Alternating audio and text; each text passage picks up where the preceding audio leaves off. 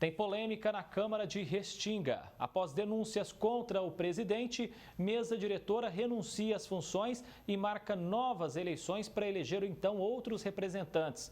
O atual nega as acusações, não renuncia e garante que continua no cargo porque não houve investigação. O procurador da Câmara de Restinga apresentou as denúncias recebidas contra o presidente da Câmara. Segundo consta no documento protocolado na Casa de Leis, uma delas diz respeito em usar do cargo de vereador para as custas do município e com recursos da saúde viajar para a cidade de outro estado brasileiro, em Paracatu, Minas Gerais. Mais um fato apontado é, abre aspas, empregar pessoa no período da pandemia, já sabendo da proibição contida em ato normativo federal. Fecha aspas. Primeiramente, a contratação de funcionário sem concurso público no período da pandemia. Uma segunda seria que estaria apontando para fraude em processo licitatório, onde ele estaria participando diretamente da escolha dessas empresas que prestariam serviço para a Câmara Municipal. Uma terceira está relacionada ao primeiro mandato dele, de vereador, apontando para uma viagem no ano de 2019 para a cidade de Paracatu, sendo que relação alguma haveria com a ocupação do cargo de vereador. E posteriormente chegou uma outra denúncia dando conta de que ele havia adquirido um botijão de gás de uma empresa de um outro vereador, ou que um outro vereador que tem cota de participação nessa empresa teria vendido esse produto para a Câmara Municipal de Restinga, o que o regimento interno e a lei orgânica do município proíbem. Diante das denúncias, a mesa diretora, que é composta pelo presidente da Câmara, vice, primeiro e segundo secretários, decidiu renunciar a essas funções. Isso aconteceu no dia 26 de julho, só que o atual presidente se recusou a deixar o cargo. Mesmo assim, o grupo manteve a decisão e assumiu interinamente o cargo o vereador mais votado até haver novas eleições. O mais votado, na verdade, foi o presidente denunciado, Julimar da Silva Rodrigues. Mas como houve a renúncia da mesa diretora, teria ficado no lugar dele o segundo, que é Alexandre Ferreira. Na sessão da semana passada, a primeira ordinária após o recesso, o interino já conduziu a reunião, que foi tumultuada e com reforço policial. Eu não estou aqui para julgar que o vereador Julimar é certo ou errado, mas a questão é o seguinte, essa Casa de Câmara tem 9 vereadores e a gente não foi informado de nada. Simplesmente chega aqui hoje, sem denúncia, sem nada, fala que o presidente Julimar não é mais presidente, aí o procurador jurídico falou que o presidente interino é o Alexandre, eles fazem as coisas do jeito que querem, desliga o microfone e acha que eles mandam em tudo. Se chegar aqui e votar e falar que está errado, eu fico quieto. Mas tem que passar pela Câmara, tem que ser votado, não é da forma que está sendo feito. E Restinga não ganha nada com isso. Estamos aqui em 9 vereadores. Nós estamos prejudicando uma cidade inteira por briga política que não leva a nada. O legislador Julimar diz que continua presidente porque não renunciou ao cargo e não foi investigado pela Casa de Leis. Denúncias que começaram a aparecer a partir do momento que eu pedi ao procurador da Câmara que ele encaminhasse cópia dos possíveis nomes relacionados à lei do nepotismo, ele desobedecendo um ato meu, encaminhou para a prefeita. A partir do momento, as denúncias começaram a aparecer. E todo o ato que eles fizeram, renúncia de mesa, destituindo o presidente, eles rasgaram o regimento interno da Câmara. Eles não cumpriram da maneira que teria que ser feito. Sobre a denúncia da viagem, o vereador explicou que usou o veículo da prefeitura com respaldo de uma lei municipal e despesas pagas por ele. Foi paga com todos os recursos próprios meus. Não houve dolo e nem dano ao erário. Eu usei um veículo de um carro reserva que minha filha foi selecionada pelo ProUni e ficou em suplente em medicina. E eu, como cidadão restinguense, pagador de imposto, vejo que não teria nenhum problema. Inclusive, essa viagem foi liberada por um vereador, que ele era responsável no setor de transporte da saúde. Sobre suposta fraude em licitação, disse que as compras na Câmara são feitas por dispensa desse procedimento e negou qualquer irregularidade. Em relação ao gás, falou que foram feitas 2 cotações no município e os estabelecimentos não ofereciam nota fiscal. Por isso, foi comprado em uma rede de supermercado com valor de 70 centavos mais barato.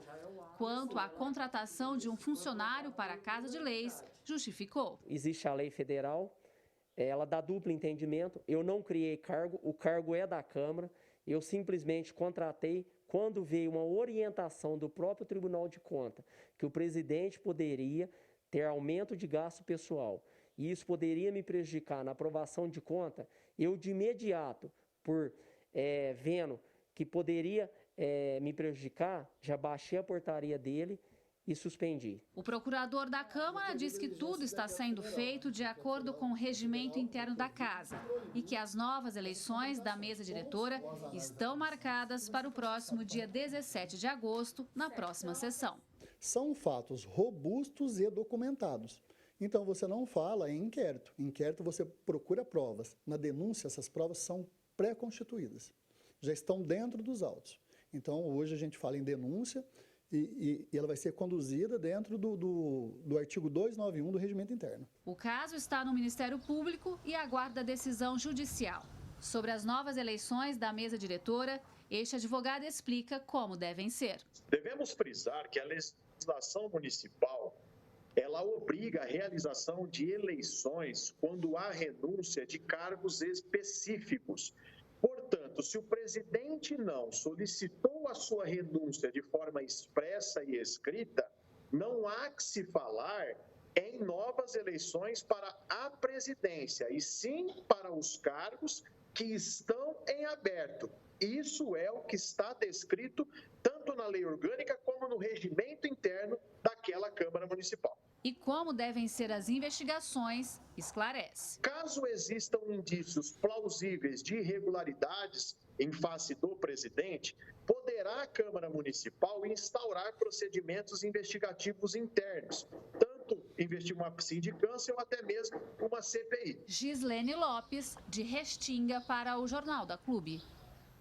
Para falar mais sobre esse assunto, recebemos aqui no canal digital da Clube o cientista José Elias Domingos. Zé, sem dúvida aí uma enorme instabilidade política na Câmara de Restinga, né? Boa tarde, bem-vindo por aqui. Boa tarde, André. Boa tarde a todos, ouvintes, telespectadores do Jornal da Clube. É uma situação de instabilidade política e o que é mais alarmante nisso, eu estava assistindo a matéria e ele é impressionante, né? É que esse caso ele é fruto justamente da retaliação a um projeto que tinha como objetivo garantir a moralidade política na cidade, né? Ao confrontar o nepotismo. Então o projeto ele foi aprovado lá em abril por unanimidade, tá? O problema é que muitas vezes eles aprovam projetos para inglês ver. Eles aprovam o projeto, mas não querem ver o projeto executado. Mas nenhuma providência foi tomada em relação a isso. Então o presidente da Câmara, no uso das suas atribuições do regimento interno, ele pediu ao procurador que enviasse ao Ministério Público cópia da lei e lista dos possíveis nomes de parentes. A função dele, ele está tomando providência em relação à lei que foi aprovada. Era óbvio que haveria um cenário de retaliação, porque nós estamos falando de uma cidade que muitas vezes, assim como as outras, acontecem casos de troca de favores, casos de empregar parentes, etc. e tal. Então, esse pedido de investigação contra o presidente da Câmara, assim como a renúncia dos membros, ela não foi feita de maneira correta, né, vamos dizer assim. No capítulo 4, inclusive da seção 3 do Regimento Interno, está lá descrito com detalhes os ritos para a destituição da mesa do presidente da Câmara. Eu acho que os vereadores precisam ler um pouquinho o Regimento Interno, viu? Agora, em meio a toda essa instabilidade política, toda essa confusão, quem que é o mais prejudicado nessa história toda, José? Sem sombra de dúvidas, é a população de Restinga, né? Que ela se vê obrigada ao quê? A assistir, eu chamo de contorcionismo político para afirmação pessoal de poder, né? Ela se vê obrigada a aturar políticas clientelistas retrógradas, que só prejudicam o bom andamento da gestão pública. Ela já tem ciência que é preciso combater o nepotismo, porque o nepotismo é o favorecimento dos vínculos de parentesco nas relações de trabalho, que substituem a avaliação do mérito, que viola as garantias constitucionais da impessoalidade administrativa. Então, a população assistindo a isso, ela pensa, espera um pouquinho, são esses políticos que a gente elegeu de fato para nos representar? Isso é uma vergonha. Os vereadores precisam, nesse momento, entender qual realmente é a função de cada um deles, ou seja, aquela função de fiscalizar principalmente o executivo, né, Zé? Bem, acho que tivemos um problema técnico aqui com o link do Zé. Vamos fazer o nosso giro final? Já temos condições de fazer o nosso giro?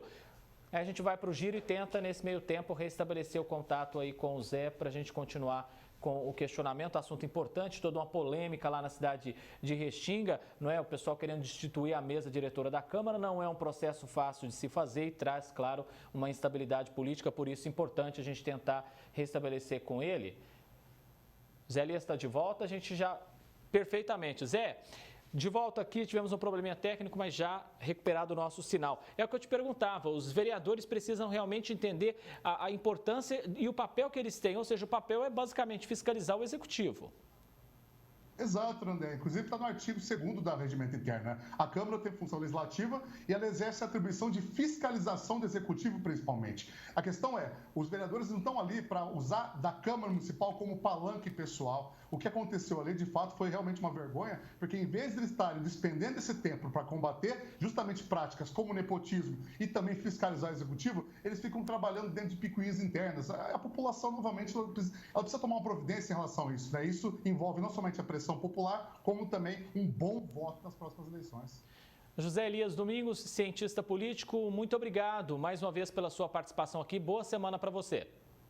Boa semana, André. Um forte abraço para vocês. Até mais.